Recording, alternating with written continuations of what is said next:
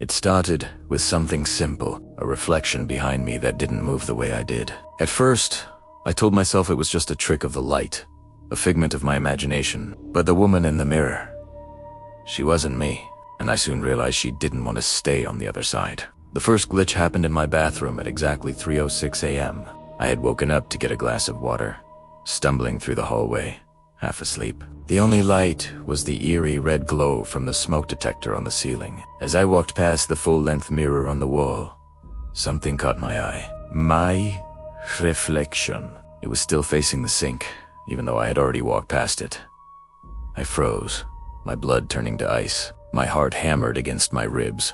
Slowly, so slowly, the reflection turned its head toward me, but it was late.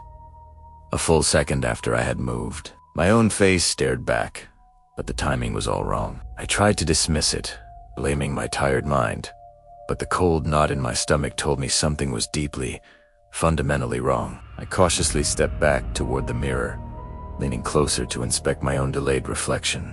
My reflection leaned into mimicking my movement, but then something else happened.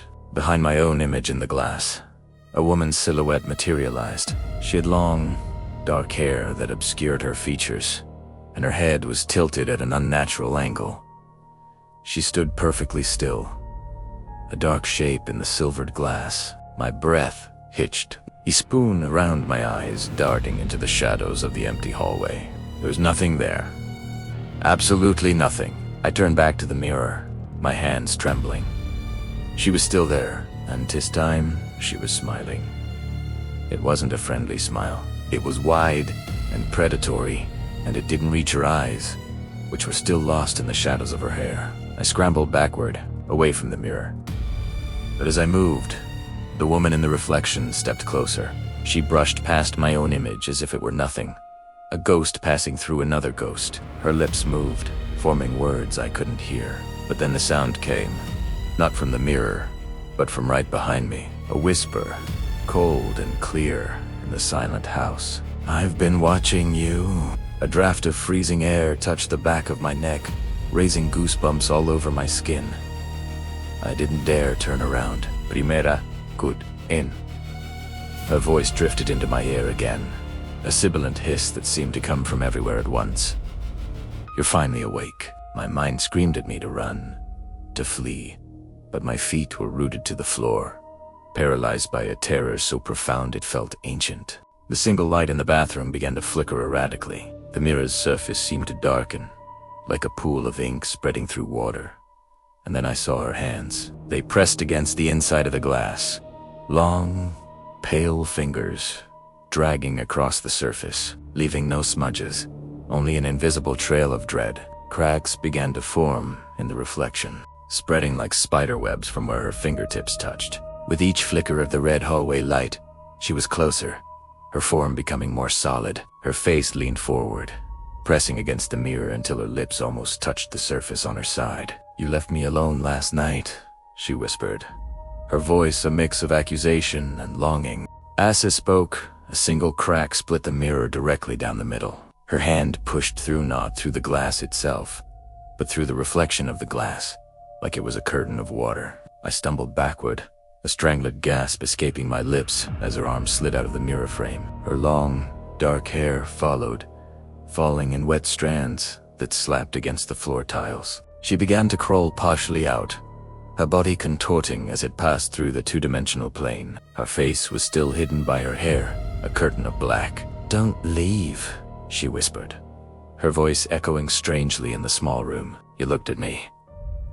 That means you saw me." Her hand, impossibly cold, shot out and latched onto my ankle. The touch was like a brand of ice.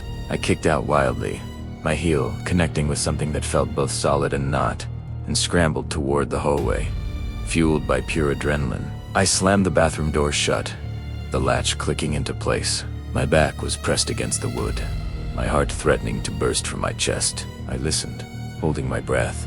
Then it came. Knock. Knock. Knock. A soft, slow, deliberate sound. It wasn't coming from the door. It was coming from the mirror inside the bathroom. Her voice, muffled but terrifyingly clear, crawled through the cracks in the doorframe. You can't close your eyes forever. And then, silence. The knocking stopped. The whispering ceased. The hallway was completely still.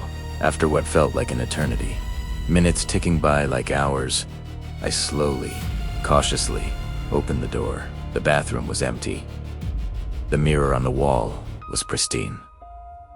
No cracks, no smudges, no woman.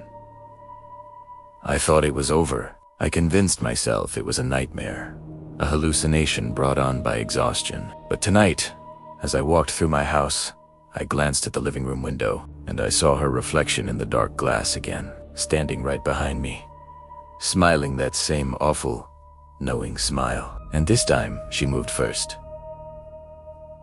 Thanks for watching. If you enjoyed this story, don't forget to like, subscribe, and turn on notifications so you never miss a new tale. Sleep well.